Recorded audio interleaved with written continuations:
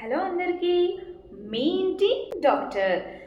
ఇప్పుడు మనం రీసెంట్ డేస్లో న్యూస్లో మనల్ని బాగా భయపెట్టేస్తున్న డిసీజ్ ఏంటి అంటే హెచ్ఎంపివి వైరస్. సో మనం హెచ్ఎంపివి వైరస్ గురించి మాట్లాడుకుందామండి. అంటే ఏం లేదు, అసలు హెచ్ఎంపివి వైరస్ అంటే ఏంటి, అది ఎట్లా వస్తుంది, వచ్చిన తర్వాత మన బాడీలో సిమ్టమ్స్ ఏ విధంగా ఉంటాయి, ఎవరికి ఎక్కువ వస్తుంది, ఒకవేళ వస్తే తీసుకోవాల్సినటువంటి జాగ్రత్తలు ఏవి, అండ్ కోవిడ్-19కి దీనికి ఏమైనా లింక్ ఉందా అంటే సిమిలారిటీస్ ఏమైనా ఉన్నాయా, వీటి గురించి మనం మాట్లాడుకుందాం. సో ఫస్ట్ది, అసలు హెచ్ఎంపివి వైరస్ అంటే ఏంటి? HMPV human meta pneumo virus. పేరులోనే న్యూమో ఉంది. న్యూమో అంటే ఏంటి లేదండి, లంగ్స్ అనమాట. అంటే సో మనకు పేరులోనే ఉంది. ఈ వైరస్ లంగ్స్ అంటే మన ఊపిరితిత్తుల్ని ఎక్కువగా అఫెక్ట్ చేస్తుంది. అండ్ ఇప్పటి వరకు మన హెల్త్ మినిస్ట్రీ ఇచ్చిన అప్డేట్ ప్రకారం మొత్తం 3 కేసులు నమోదయ్యాయి. 2 వచ్చేసి మన కర్ణాటకలో ఇన్ఫాంట్సే అంటే ఇద్దరు చిన్నపిల్లలే, అండ్ ఇంకొకటి గుజరాత్లో కూడా మళ్ళీ చిన్న బేబీయే అనమాట. సో మొత్తం 3 చిన్నపిల్లలు ఈ హెచ్ఎంపివి వైరస్ బారిన పడ్డారు. మరి దీనికి కోవిడ్-19కి లింక్ ఏంటి అంటే ఈవెన్ కోవిడ్-19 కూడా లంగ్స్ మీదే ఎక్కువ దాని ఎఫెక్ట్ అనేది చూపించింది. సో హెచ్ఎంపివి వైరస్ కూడా లంగ్స్కి సంబంధించిన వైరస్. సో మ్యాక్సిమం వీటికి వచ్చే సిమ్టమ్స్ అవన్నీ కూడా same as it is same ఉంటాయి. కోవిడ్-19 మరి అంత అసలు హ్యూజ్గా స్ప్రెడ్ అయ్యి చాలా మందిని ఇబ్బందికి గురి చేసింది కదా, చాలా మంది చనిపోయారు కూడా. మరి ఈ వైరస్ కూడా అలాగే ఉంటుందా ఏంటి అంటే ఇంకా దీని గురించి మనకి అప్డేట్స్ రావాల్సి ఉంది అండి. అంటే ఆ వైరస్ యొక్క అంటే దాని క్యారెక్టరిస్టిక్స్ ఉంటాయి కదా, అసలు అది ఎట్లా స్ప్రెడ్ అవుతుంది ఏంటి, దాని జెనెటికల్ ఫీచర్స్ ఏంటి అనేది. సో ఇవన్నీ కూడా డీటెయిల్గా ఉంటే అప్పుడు మనం ఏదైనా అంచనా వేయచ్చు అనమాట. అంతవరకు మనం చెప్పలేం. బట్ మనమైతే స్ప్రెడ్ అవుతుందేమో అన్నట్టే కొంచెం జాగ్రత్తగా ఉంటేనే బెటర్. అయితే హెచ్ఎంపివి ఏంటి అంటే మనం అనుకున్నాం కదా లంగ్కి సంబంధించిన వైరస్ అనేసి. ఇది ఏం లేదండి, మన బాడీలోకి ఎంటర్ అయిన తర్వాత డిఎన్ఏలోకి వెళ్తుంది. డిఎన్ఏ అంటే మీ అందరికీ తెలిసి ఉంటుంది, మనం వినుంటాం డిఎన్ఏ టెస్ట్ అనేసి. సో ఆ డిఎన్ఎస్లోకి ఎంటర్ అయ్యి అక్కడ కొన్ని చేంజెస్ క్రియేట్ చేస్తుంది అనమాట. ఆ చేంజెస్ వల్ల ఏంటి అంటే మన డిఎన్ఏస్ మామూలుగా కాకుండా కొంచెం అబ్నార్మల్గా తయారైపోతాయి. ఇంకా ఆ చేంజెస్ అనేవి అట్లనే ఉంటాయి అనమాట. దానివల్ల అప్పుడు మనకు సిమ్టమ్స్ వస్తాయి, దగ్గు కావచ్చు, జ్వరం కావచ్చు. అంటే అప్పుడు మనం హెచ్ఎంపివి వైరస్ మనకి వచ్చింది అన్నట్టు లెక్క అనమాట. అసలు ఈ వైరస్ ఎలా వస్తుంది? ఎయిర్ డ్రాప్లెట్స్ వల్ల. అంటే ఏం లేదండి, ఇప్పుడు ఒక పర్సన్ ఉన్నారు, తుమ్మారు లేదంటే ఇట్లా దగ్గినప్పుడు మీరు బాగా గమనించినట్టయితే మన నోట్లో నుండి చిన్న చిన్నగా వాటర్ పార్టికల్స్ లాగా వస్తూ ఉంటాయి కదా. సపోజ్ ఇప్పుడు ఒక పర్సన్కి వైరస్ ఉంది అనుకుందాం. ఆ పర్సన్ ఏం చేస్తారు, తుమ్మడం కానీ దగ్గడం కానీ చేస్తారు. నోట్లో నుండి అప్పుడు వాళ్ళకి ఆ చిన్న చిన్న వాటర్ పార్టికల్స్ అనేవి స్ప్రెడ్ అవుతాయి. మనకు చిన్నగా కనిపిస్తాయి కదా, ఇంతవరకే కనిపిస్తాయి. బట్ నిజానికైతే మైక్రోస్కోప్లో తప్ప కనిపించినటువంటి ఇంకా చిన్న చిన్న డ్రాప్లెట్స్ ఇట్లా హ్యూజ్గా స్ప్రెడ్ అవుతాయి అన్నమాట. వాళ్ళ చుట్టూ కూడా స్ప్రెడ్ అవుతాయి. అప్పుడేంటి, ఆ వాటర్ డ్రాప్లెట్స్లో ఆ వైరస్ అనేది ఉంది. ఇప్పుడు సపోజ్ ముందు ఒక పర్సన్ నించున్నారు, ఆ పర్సన్ ఏం చేస్తారు, ఊపిరి పీల్చుకుంటూ వదులుతూ ఉంటారు కదా. వాళ్ళు ఊపిరి పీల్చుకునే టైంకి ఈ వైరస్ కనుక వాళ్ళ ఊపిరిలోకి వెళ్ళిపోతే సేమ్ ఇంకంతే, వాళ్ళ ఊపిరిలో వెళ్ళిపోతుంది, మళ్ళీ లోపలికి వెళ్ళిపోతుంది, లంగ్స్ మీద అటాక్ చేస్తుంది.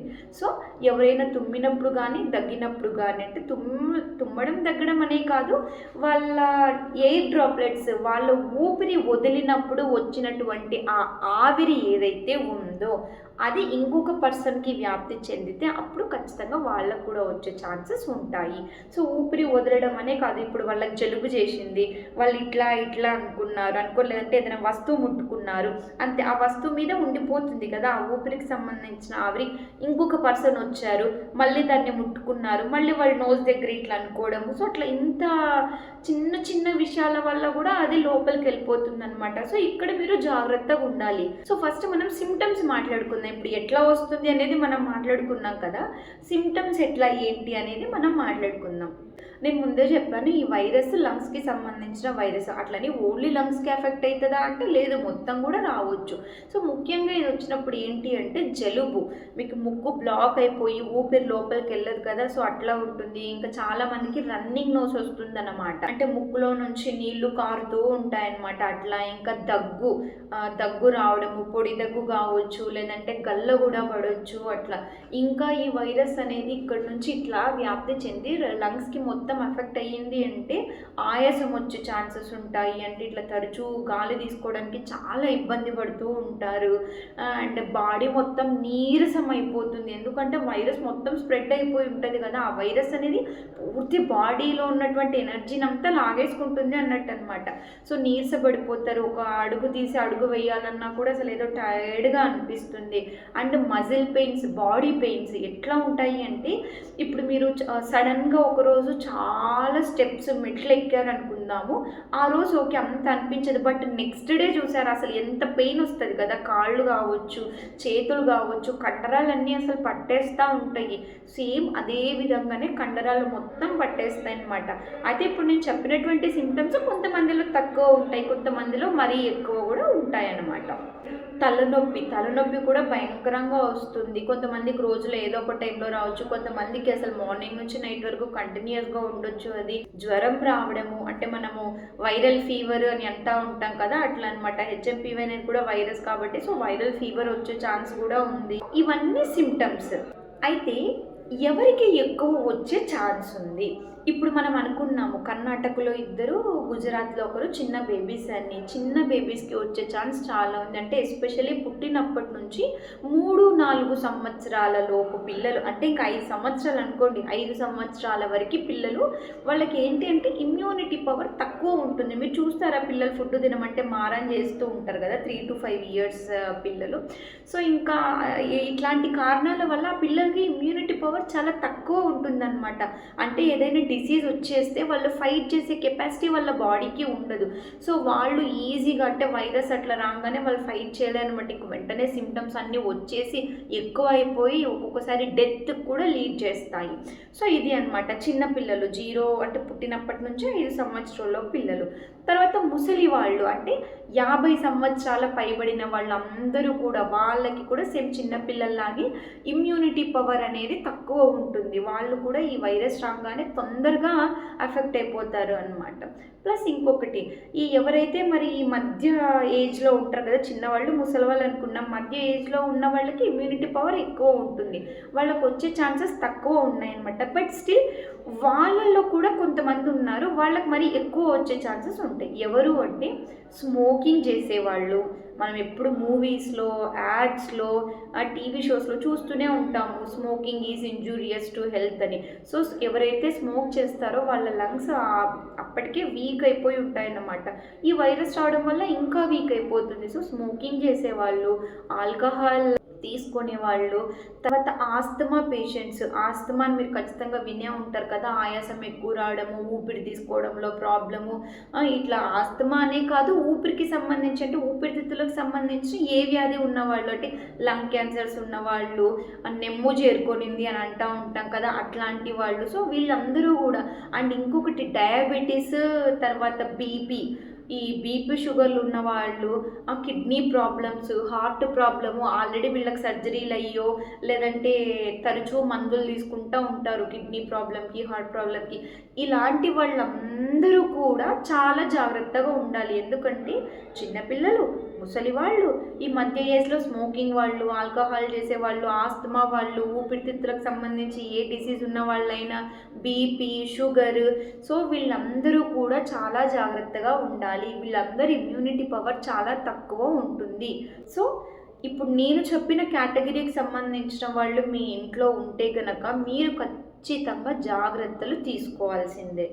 ఏదో విధంగా వైరస్ వచ్చింది, అఫెక్ట్ అయ్యారు, సిమ్టమ్స్ ఎట్లా ఉన్నాయి కూడా మాట్లాడుకున్నాం. మరి మనం అప్పుడు కేర్ ఎట్లా తీసుకోవాలి? సో ఫస్ట్ ఏంటి అంటే వైరస్ రాకుండా ఉండడానికి కేర్ ఎట్లా తీసుకోవాలో చెప్తాను. తర్వాత వైరస్ వచ్చి మీకు సిమ్టమ్స్ అన్నీ వస్తాయి కదా, అప్పుడు ఎలాంటి జాగ్రత్తలు తీసుకోవాలో చెప్తాను. సో ఫస్ట్ది, అసలు వైరస్ రాకుండా ఇదే బెటర్ కదా, prevention is better than cure. రాకముందే జాగ్రత్తగా ఉంటే మంచిది. సో మనం దీని గురించి మాట్లాడుకుందాం. సేమ్ అండి, COVID-19లో మీరు మీరు ఏ విధమైనటువంటి జాగ్రత్తలు పాటించారో అన్నీ ఇక్కడ అవే అప్లై అవుతాయి. మనం ఇందాక అనుకున్నాము, ఎవరైతే ఊపిరి యొక్క ఆవిరి మనకు తగులుతుందంటే వైరస్ ఉన్నవాళ్ళు, అందరంటే అందరు కాదు, మళ్ళీ వైరస్ ఉన్న వాళ్ళ ఊపిరి మనకు తగులుతుందో మనకు వచ్చే ఛాన్సెస్ ఉన్నాయి అన్నాం. సో ఇప్పుడు ఒక పర్సన్ ఉన్నారు, దగ్గుతూ ఉన్నారు, మీరు చెప్పగలరా వాళ్ళకి హెచ్ఎంపీవి వైరస్ ఉందా లేదని? మీరు చెప్పలేరు. అన్లెస్ అది టెస్ట్ చేయాలి, అది ఆ వైరస్ అని బయటపడాలి అనేంత వరకు మనం ఎవరికి వైరస్ ఉందో లేదో చెప్పలేము. అలాంటప్పుడు రిస్క్ తీసుకోవడం ఎందుకు? సో మీరు బయటికి వెళ్తున్నారనుకోండి, చక్కగా మాస్క్ అంటే ఏదో ఊరికి లూజ్గా వేసేసుకున్నారనుకోండి. ఇప్పుడు నేను ఒకటి చూపిస్తాను మీకు.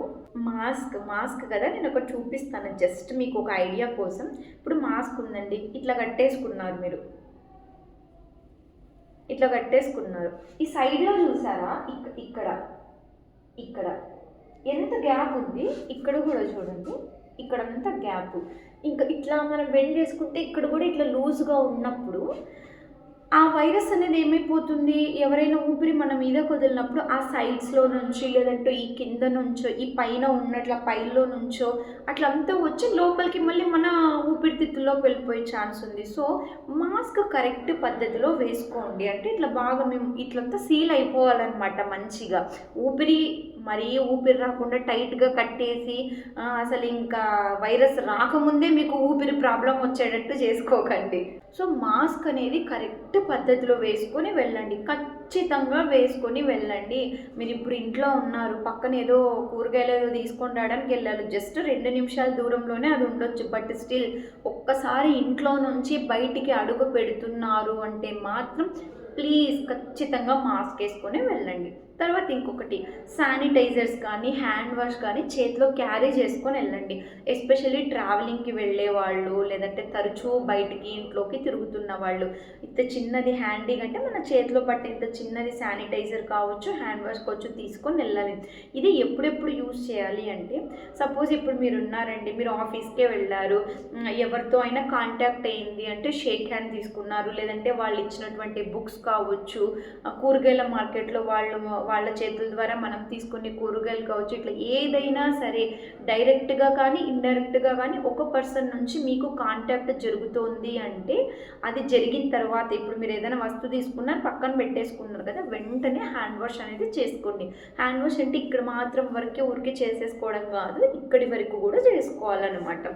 సో అప్పుడు ఏమైపోతుంది, ఇన్ కేస్ వాళ్ళకి వైరస్ ఉన్నా అది మీ చేతి మీద వరకు వచ్చినా హ్యాండ్ వాష్ చేసుకోవడం వల్ల కొద్దిపాటి ప్రివెన్షన్ అనేది ఉంటుందన్నమాట.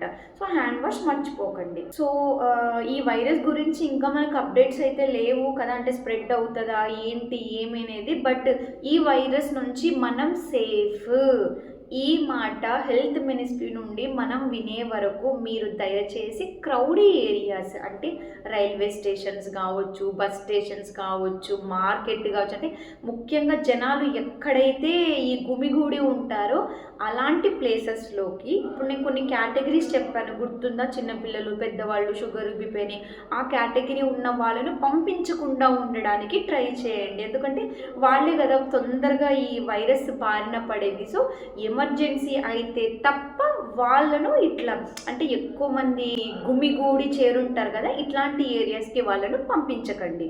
ఇప్పుడు ఇంకా ఫిబ్రవరి వరకు కూడా మనకి ఈ వింటర్ అనేది అట్లనే కంటిన్యూ అవుతూ ఉంటుంది కదా. సో ఈ టైంలో కూడా ఇంకా ఎక్కువ వచ్చే ఛాన్సెస్ ఉంటాయి. సో మీరు అందుకు కొంచెం చిన్నపిల్లలు కానీ పెద్దవాళ్ళు కానీ ఎవరైనా సరే కొంచెం గోరువెచ్చని నీళ్ళు తాగడానికి మాత్రమే ట్రై చేస్తే బెటర్. చాలామంది తరచూ ఆవిరి తీసుకుంటూ ఉంటారు, దయచేసి ఈ తప్పు మాత్రం చేయొద్దండి. మీరు ప్రాబ్లం లేకపోయినా కూడా ఆవిరి ఇట్లా రోజుకొకసారో 2 రోజులకొకసారో తీసుకుంటూ ఉండడం వల్ల మీరు తీసుకొని ఆ వేడి గాలి ఎక్కడికి వెళ్తుంది, ఊపిరితిత్తుల్లోకి వెళ్తుంది. ఊపిరితిత్తులు అవన్నీ సెన్సిటివ్గా ఉంటాయి అనమాట. ఆ వేడి గాలి ఊపిరితిత్తులోకి పోయినప్పుడు అక్కడ ఉన్న ఏరియానంతా వీక్ చేసేస్తుంది. దానివల్ల లంగ్స్ ఇంకా వీక్ అయిపోతాయి. మీరేమో రివర్స్లో ఆవిరి తీసుకోవడం వల్ల చాలా మంచిది, రిలీఫ్ ఉంటుంది అని అనుకుంటూ ఉంటారు కదా. సో తరచూ మాత్రం ఆవిరి తీసుకోకండి. ఏదో వీక్లీ వన్స్ ఓకే, బట్ రోజు తీసుకోవడము ఇట్లా హ్యాబిట్ మాత్రం అలవాటు చేసుకోవద్దండి. రోజుకు 2 సార్లు స్నానం అనే రూల్‌ని మాత్రం ఖచ్చితంగా పాటించండి. ఎందుకంటే ఇప్పుడు మార్నింగ్ ఎలాగో మీరు ఇంటి నుంచి మీ పని కోసం బయటకెళ్ళినప్పుడు ఖచ్చితంగా స్నానం చేస్తారు. బయట మీరు మార్నింగ్ నుంచి నైట్ వరకు బయట ఉంటే ఎన్ని వందల మందితో కాంటాక్ట్ అయ్యి ఉంటారు. కాంటాక్ట్ అంటే ఏదో వాళ్ళతో కూర్చోవడము, కాఫీ తాగడము, వాళ్ళతో షేక్ హ్యాండ్ తీసుకోవడం ఇదే కాదు. మీరు ఎవరెవరి మధ్యలో అయితే తిరుగుతూ వెళ్తున్నారు. ఇప్పుడు మీరు రోడ్లో నడుచుకుంటూ వెళ్తున్నారు. వాళ్ళందరికీ మీరు కాంటాక్ట్ అయినట్టే. వాళ్ళ ఊపిరి మొత్తానికి మీరు కాంటాక్ట్ అయినట్టే. సో మీరు ఎంతో మందితో కాంటాక్ట్ అయ్యి ఇంట్లోకి వస్తారు. మళ్ళీ ఇంట్లో మనకి కేటగిరీకి సంబంధించిన ఇమ్యూనిటీ పవర్ తక్కువ ఉన్న పీపుల్ ఖచ్చితంగా ఉంటారు కదా. సో వాళ్ళకి మీరు స్ప్రెడ్ చేయకుండా ఉండాలి అంటే సో రాగానే మీరు మంచిగా స్నానం చేయాలన్నమాట. ఇట్లా స్నానం చేయడం వల్ల కూడా ఇప్పుడు మనం ఎట్లా అయితే చేతుల వరకు హ్యాండ్ వాష్ శానిటైజర్ అప్లై చేస్తామో అట్లా మొత్తం కొంచెం గోరువెచ్చని నీళ్ళతో బాత్ చేయడం అనేది కూడా కొద్దిపాటి అంటే హెల్దీ హ్యాబిట్ లాగా అనమాట. ఇప్పుడు ఈ హెచ్ఎంపీవి వైరస్ నుండి మనం కొంచెం సేవ్ అయ్యే వరకు. తర్వాత ఈ ఫుడ్ మాత్రం మంచిగా తీసుకోండి. ఎస్పెషల్లీ లీఫీ వెజిటేబుల్స్, ఫ్రూట్స్ ఈ 2 గుర్తుపెట్టుకోండి. ఆకుకూరలను ఎందుకు అంటున్నాను అంటే మన బాడీలో ఏదైనా ఇంజ్యూరీ జరిగినప్పుడు అది హీల్ చేసే కెపాసిటీ ఆకుకూరలకి ఎక్కువ ఉంటుంది అన్నమాట. ప్లస్ ఫ్రూట్స్ ఏంటి అంటే మీకు వ్యాధి నిరోధక శక్తిని ఎక్కువ ఇస్తాయి. చాలామంది ఏమనుకుంటారంటే ఫ్రూట్స్ తిన్నప్పుడు దగ్గు, జలుబు ఇంకా ఎక్కువ అయిపోతాయి, ఎస్పెషల్లీ ఈ చలికాలంలో అని అనుకుంటూ ఉంటారు. అది ఒక పెద్ద అపోహ అండి. చలికాలం అయినా సరే మీరేం ఫ్రిడ్జ్లో ఉండే డైరెక్ట్ ఏం తీసుకొని తినరు కదా. సో బయట పెట్టి కొంచెం వెచ్చగా అయిన తర్వాతే ఫ్రూట్స్ తీసుకోండి. లీఫీ వెజిటేబుల్స్ అంటే ఆకుకూరలు తీసుకోండి.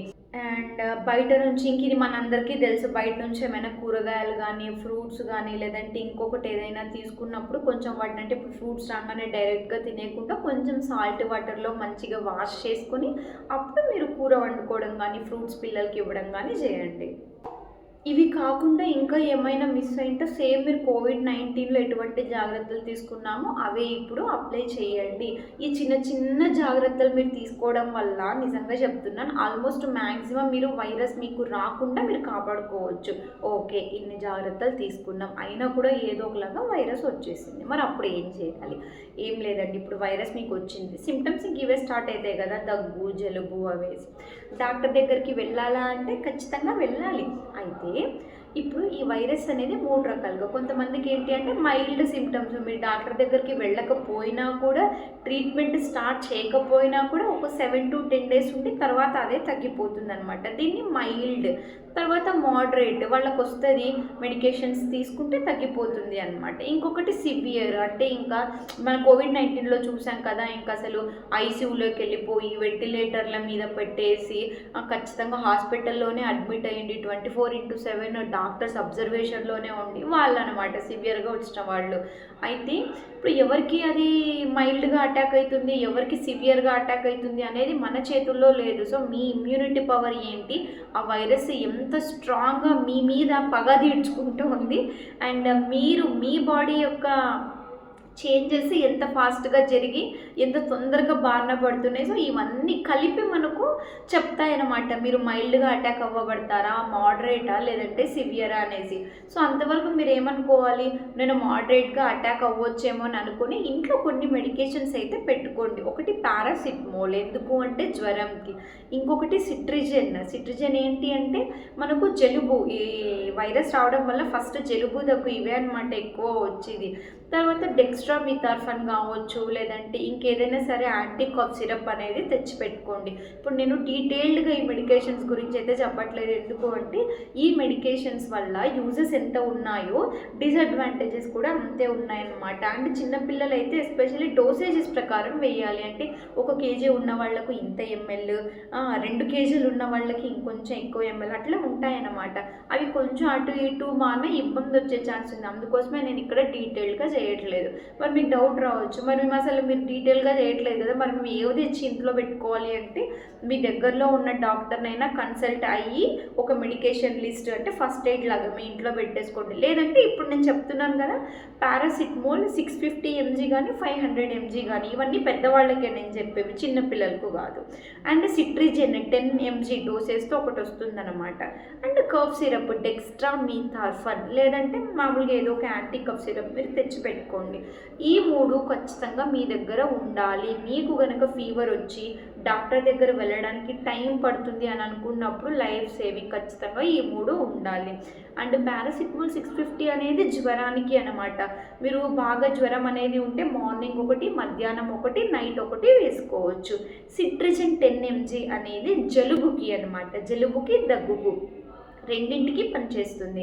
ఇదేంటి అంటే రోజులో రాత్రి మీరు పడుకునే ముందు ఒక్కసారి తీసుకోండి. ఇట్లా 5 రోజులు వాడుకోవాల్సి ఉంటుంది. And cough syrup 10 ml morning, మధ్యాహ్నము, రాత్రి వేసుకోవాలి. ఇంకొకసారి మీ ఫ్యామిలీ డాక్టర్ కానీ దగ్గర ఎవరైనా డాక్టర్ ఉంటే 1కి 2 సార్లు కనుక్కొని మాత్రమే తెచ్చుకోండి. అండ్ చిన్నపిల్లలు ఉన్న వాళ్ళు కూడా, చిన్నపిల్లలు కూడా సేమ్ ఇలాగే అండి. పారాసెటమాల్ సిరప్ వస్తుంది. అండ్ సిపిఎం అంటే వాళ్ళకి కోల్డ్ ఉన్నప్పుడు ఆ సిరప్లు వస్తాయి. తర్వాత కాఫ్ వచ్చినప్పుడు కాఫ్ సిరప్, వాళ్ళకన్నీ చాలా సపరేట్గా ఉంటాయి. డోసేజెస్ అన్నీ చాలా సపరేట్గా ఉంటాయి. సో దయచేసి ఇవన్నీ కూడా తెచ్చిపెట్టుకోండి. సో ఫస్ట్ ఎయిడ్ కిట్లో మీకు ఈ 3 ఖచ్చితంగా ఉండాలి. పారాసెటమాల్, తర్వాత దగ్గుకి, జలుబుకి సిరప్, ట్యాబ్లెట్.